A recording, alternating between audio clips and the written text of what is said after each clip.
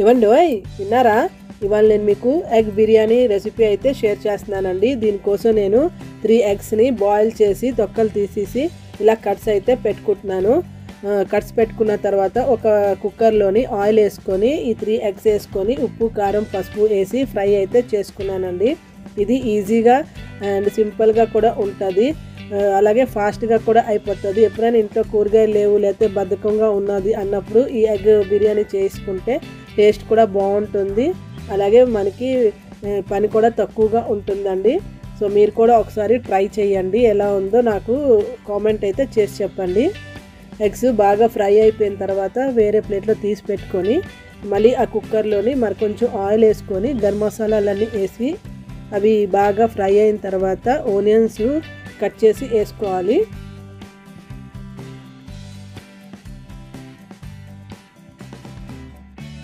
Onions బాగా fry అయిన తర్వాత పచ్చిమిర్చి వేసి ఫ్రై చేయండి. అన్నీ బాగా ఫ్రై అయిన తర్వాత అందులోకి అల్లం వెల్లుల్లి పేస్ట్ కూడా వేసి బాగా ఫ్రై చేయండి.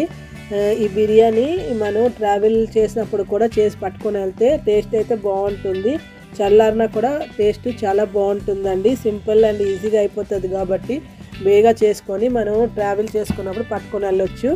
అన్నీ బాగా ఫ్రై అయిపోయిన తర్వాత టమాటాలు కూడా వేసుకోండి. మీరు ప్యూరీ అని వేసుకోవచ్చు, నేనైతే అలా చిన్న చిన్నగా పీసెస్ చేసి వేసుకున్నాను. టమాటా కూడా బాగా ఫ్రై అయిపోయిన తర్వాత అందులోకి పసుపు ఉప్పు కారం ధనియాలు జీలకర్ర పౌడరు గరం మసాలా అన్నీ వేసి మళ్ళీ ఒక 2 మినిట్స్ అయితే నేను బాగా ఫ్రై చేసుకున్నాను.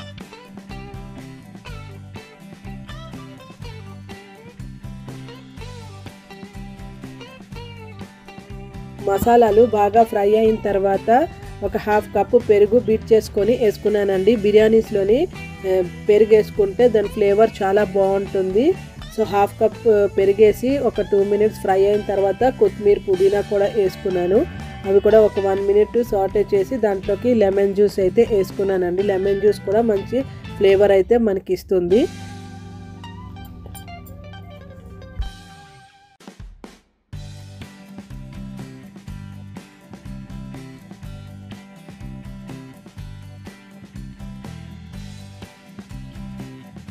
ఈ మసాలాలన్నీ బాగా ఫ్రై అయిన తర్వాత నేను 1.5 గ్లాసు రైస్ అయితే తీసుకున్నానండి. ఇక్కడ నేను నార్మల్ వైట్ రైస్ వండుకుంటాను డైలీ, అదే రైస్ తీసుకున్నాను.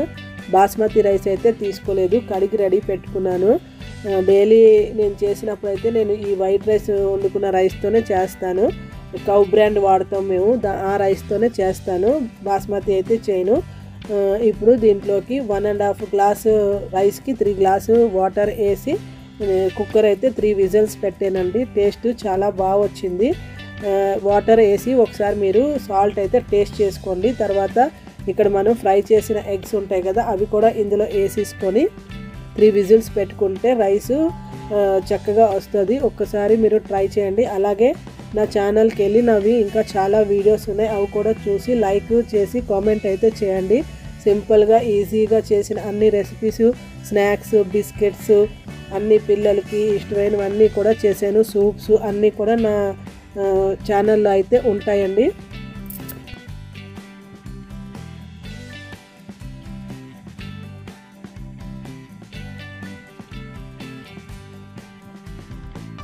ఎప్పుడైనా బద్ధకంగా ఉన్నా లేదంటే ట్రావెల్ చేసి వచ్చినా అలాగే కూరగాయలు లేకపోయినా ఈ ఎగ్ బిర్యానీ అయితే సింపుల్గా అయిపోతుంది. మీరు కూడా ఒకసారి ట్రై చేయండి. నేనైతే ఎప్పుడు ఇదే చేసుకుంటాను. అలాగే నా వీడియోస్ మీకు ఎలా నచ్చుతున్నాయా లేదా అన్నది కామెంట్ చేయండి. అలాగే నా ఛానల్ని లైక్ చేసి సబ్స్క్రైబ్ చేసుకోండి.